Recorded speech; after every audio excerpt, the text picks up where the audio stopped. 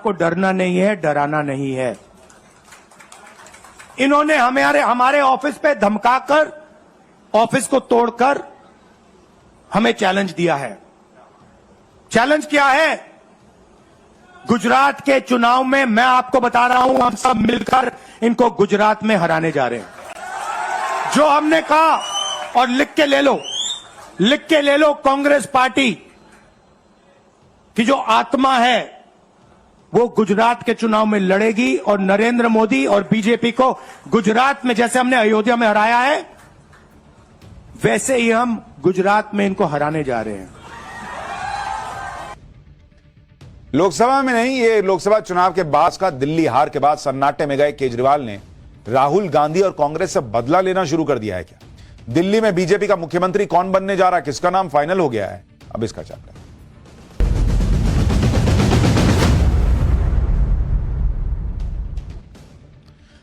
दिल्ली की राजनीति में इस वक्त बड़ी हलचल है। एक तरफ दिल्ली में गजब का सस्पेंस इस बात पर है कि बीजेपी मुख्यमंत्री बनाएगी किसको।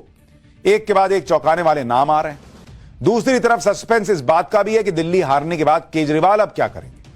क्या केजरीवाल के दिमाग में यह बात चल रही है कि कांग्रेस से हर हाल में बदला लेना है? क्योंकि कांग्रेस ने दिल्ली में कई सीटों पर केजरीवाल का खेल बिगाड़ दिया। यहां तक कि कांग्रेस की वजह से केजरीवाल खुद अपनी सीट पर चुनाव हार गए। इसलिए केजरीवाल को कहीं ना कहीं लग रहा होगा कि अब जहां भी मौका मिलेगा वो कांग्रेस को तो रगड़ देंगे। और इसकी थोड़ी थोड़ी शुरुआत तो हुई है, क्योंकि आज ही गुजरात में निकाय चुनाव के रिजल्ट आए और गुजरात वो राज्य है जहां केजरीवाल का टारगेट कांग्रेस को रिप्लेस करने का रहा है। गुजरात में निकाय चुनाव के जो नतीजे आए हैं उसमें कांग्रेस तो हमेशा की तरह निलबटे सन्नाटा जैसी हालत में है। जो राहुल गांधी लोकसभा चुनाव के बाद कह रहे थे कि गुजरात में इंडी गठबंधन मिलकर बीजेपी को हराएगा, वो तो नहीं हुआ, लेकिन इंडी गठबंधन वाले आपस में लड़कर जरूर बीजेपी के सामने बेदम हो गए। क्योंकि गुजरात निकाय चुनाव के आप नतीजे देखें तो दूर दूर तक बीजेपी के सामने कोई है ही नहीं।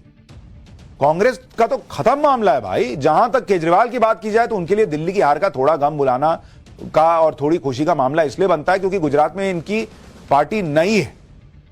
चुन्नू सी जीत मिली है, लेकिन चलिए कुछ तो मिला। भूखे पेट सोने से तो अच्छा है कि कुछ कम से कम सौंप खा के सो रहे हैं। सौंप ही जैसा जीते हैं भाई, अब रोटी थोड़ी है। निकाय चुनाव में 1912 सीटों के नतीजे आए। बीजेपी को जीत मिली है 1402।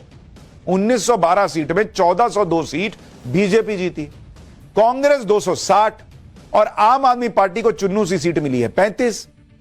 मतलब खाने में कोई थाली में सौंफ रख दे वैसा है, लेकिन सौंफ में मिश्री भी है, क्योंकि कांग्रेस की कुछ सीट तो छीन लिए, दिल्ली का बदला ले लिए, इसी में खुश हो जाएंगे। कांग्रेस वाले 99 में खुश हो सकते हैं तो केजरीवाल वाले 35 में भी खुश हो सकते हैं।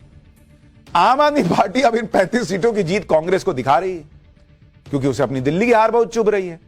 आम आदमी पार्टी को भी दिल्ली की हार के बाद अपने निराश काडर में जोश भरना है, तो 35 सीटों को भी महाविजय जैसा बताया जा रहा है।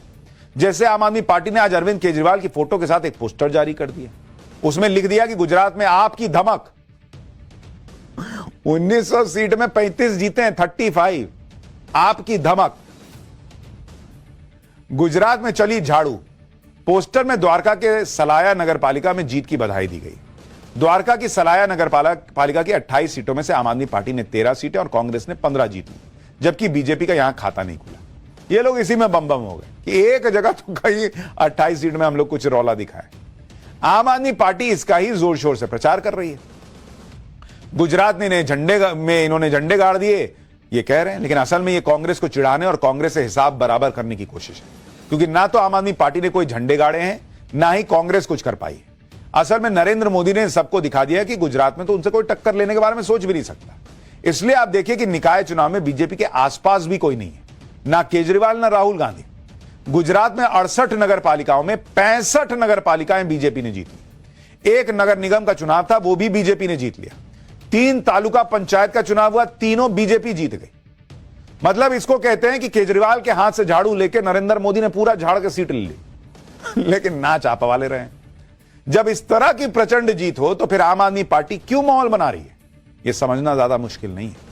आम आदमी पार्टी को लगता है कि गुजरात में कांग्रेस तो खत्म ही है, इसलिए 35 सीट जीतने को भी बड़ी जीत बता रहे हैं, जिससे कांग्रेस को मिलने वाले वोट उनकी तरफ इस बात से आए कि गुजरात में विपक्ष में कांग्रेस का फ्यूचर नहीं है, बल्कि केजरीवाल का फ्यूचर है और केजरीवाल ही गुजरात में विपक्ष बन सकते हैं।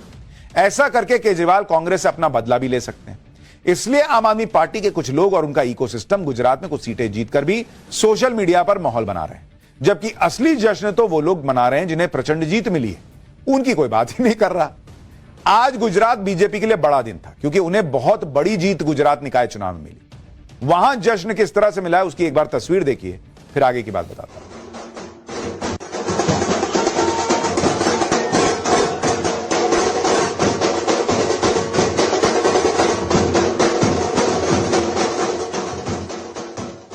बीजेपी की इस जश्न और इस प्रचंड जीत ने राहुल गांधी को भी जमीन पर लाकर पटक दिया, उनकी पॉलिटिक्स को पटक दिया। जो लोकसभा चुनाव के बाद ऐसी हवाबाजी कर रहे थे कि इंडी गठबंधन मिलकर गुजरात में नरेंद्र मोदी को हरा देंगे। निकाय चुनाव तो आपसे निकल नहीं रहा, आप विधानसभा चुनाव निकाले।